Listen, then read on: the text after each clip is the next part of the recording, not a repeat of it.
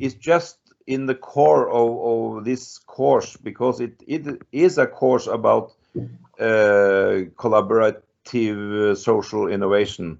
So it's really interesting to see in your presentation that one of those characteristics that you have identified in the broad study of social enterprise is that it is important to interact with other sectors, other partners, other interests.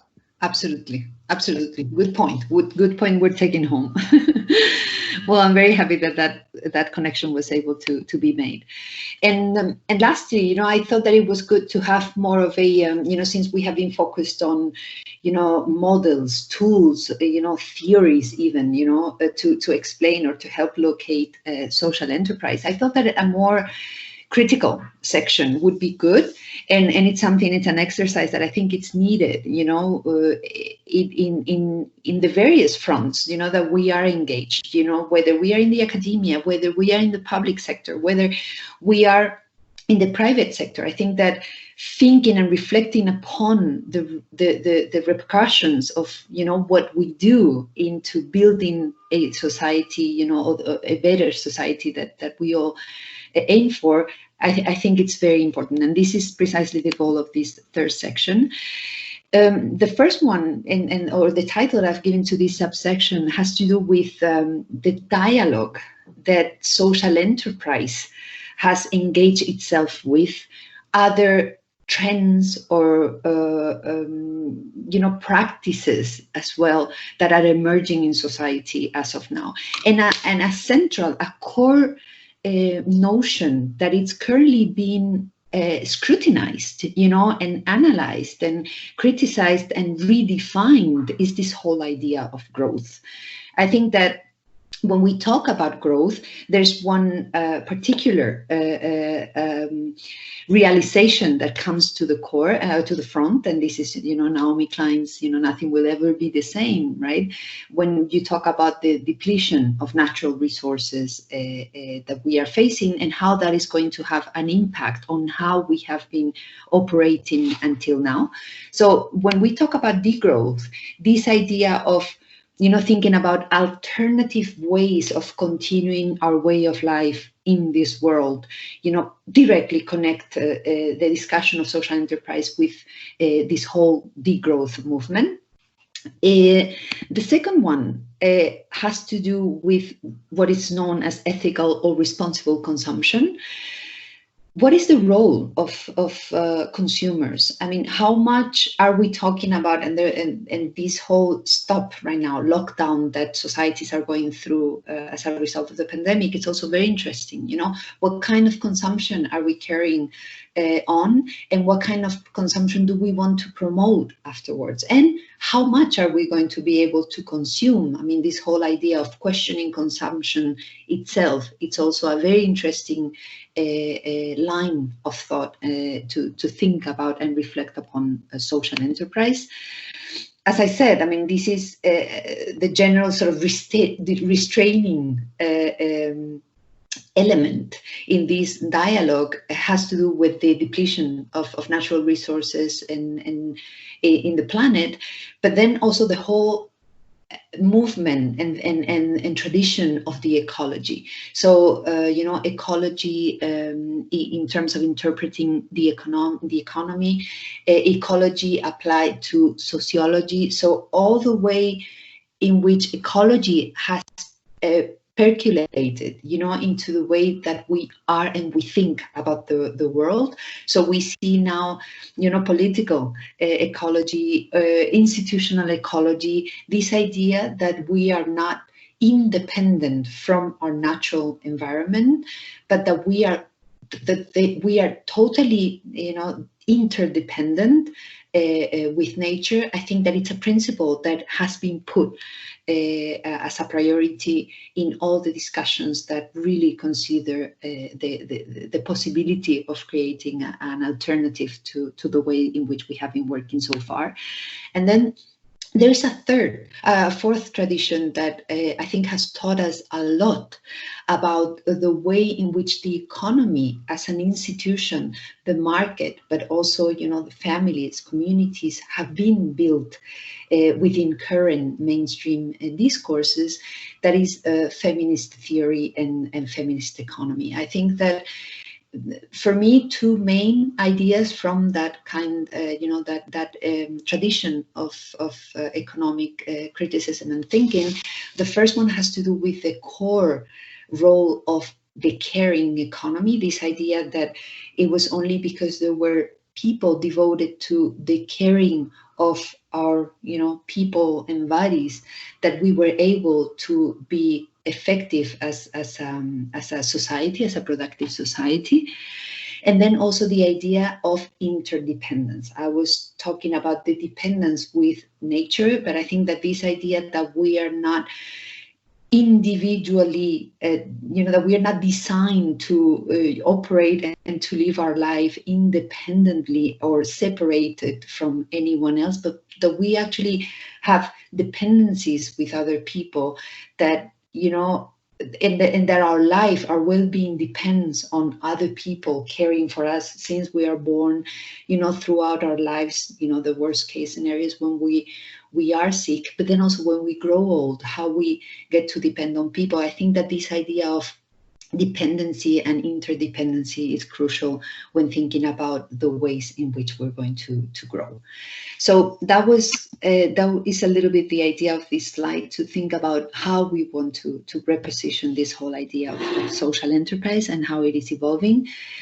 The second one has to do with the idea of job creation. Again, I have been touching upon some of these ideas, but what seems to be clear from the trajectory, but also some of the mutations that are happening within the job, the labor market, also within society overall, is that one, the activity fields where social enterprises are present has enlarged, and I just mentioned the renewable energy one, but think about agroecology as well. This idea of cultivating the food that we need to live, in a sustainable and healthy way, actually requires of a lot intensive human power, and most of it does not need to be qualified. So actually there is a rethinking about the potential of job creation within social enterprises, that it's more fueled, I would say, by a vision about the kind of world that we want, rather than by am I certified enough to go into the agroecological production, or to set up an organization that cares for an agroecological food system for schools or something like that. So the fields of activity, the enlargement of fields of activity for social enterprises has contributed to the possibility of social enterprises to contribute to job creation. And then the second one has to do with something that I said before, and it's this connection, direct connection between the resources that come from the community, as opposed to resources coming from everywhere else. So what we are seeing in some type of social enterprises, and particularly the small ones that are coming from the community, and largely we're touching upon that, mentioning that model that is effective at the neighborhood level in Norway, has to do with the source of resources. Resources that are crucial for those social enterprises to continue and to sustain their economic activity, pertain or exist within the community with whom that social enterprise has direct ties, and a liaison. There's a liaison that has to do with the resource, the material side of things, but also the energy side of things. And the model that you just mentioned, Lars, I think it illustrates very well what I'm saying, because volunteers are a resource for an initiative like that, without that resource, that initiative couldn't go on, okay? The fact that it's informal, in the sense that there's not creation of jobs, does not eliminate the fact that volunteers are a resource for that task. So these two ideas, when we think about the potential of social enterprises for the creation of jobs in a world that it's announcing the huge number of destructions of workplaces due to automatization, due to the delocalization of production systems, etc., etc. I think it's a very, very positive one, and one that needs to make us think about the contribution of social enterprises.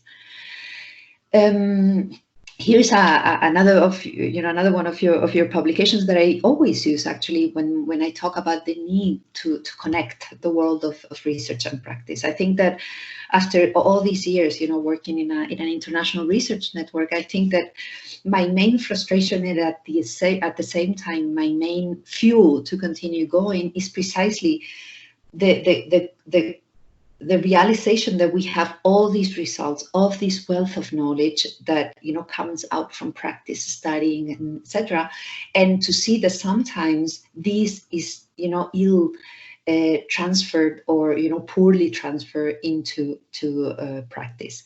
It's not it's not by chance. We're talking about different ways of being in the world, functioning, different objectives, different times. So it's not a natural connection, if you want, but for sure it's one that is happening, and one that organizations like Emes are very, very much fond of, not just because it's good to do, but also because it's the only way to ensure that research continues to be relevant to society, which, when research ceases to be relevant to society, then it ceases to have any kind of raison d'être. And then lastly, I wanted to very briefly, we're not going to be talking about the impact or, the how the world is going to change after this pandemic. What I know for sure is that, I think we all know for sure is that we are in a mode of enchained crisis. This is not going to be the only crisis that most of us are able to, or will be able to see in their lifespans. I think that we're talking about crises of many different forms.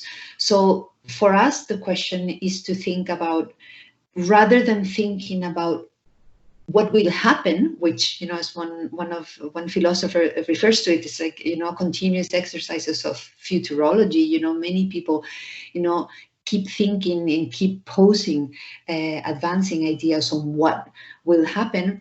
I think that for us, coming from social enterprise, the municipalities, people who are really in touch with everyday life, everyday economy, everyday managing, families, societies, communities, I think the main question is analyzing how were we, when we got into this crisis provoked by the pandemic?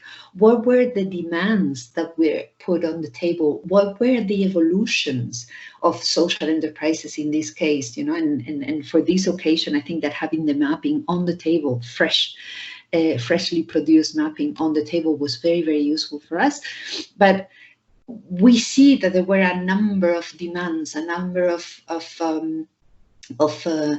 movements, of phenomena that were happening already in society, pointing towards wider emancipation, wider spheres of expression and empowerment of citizens. So I think that when reflecting upon what is the role of social enterprises, it's without any doubt that they will have a big role in building a society that is fairer for all citizens.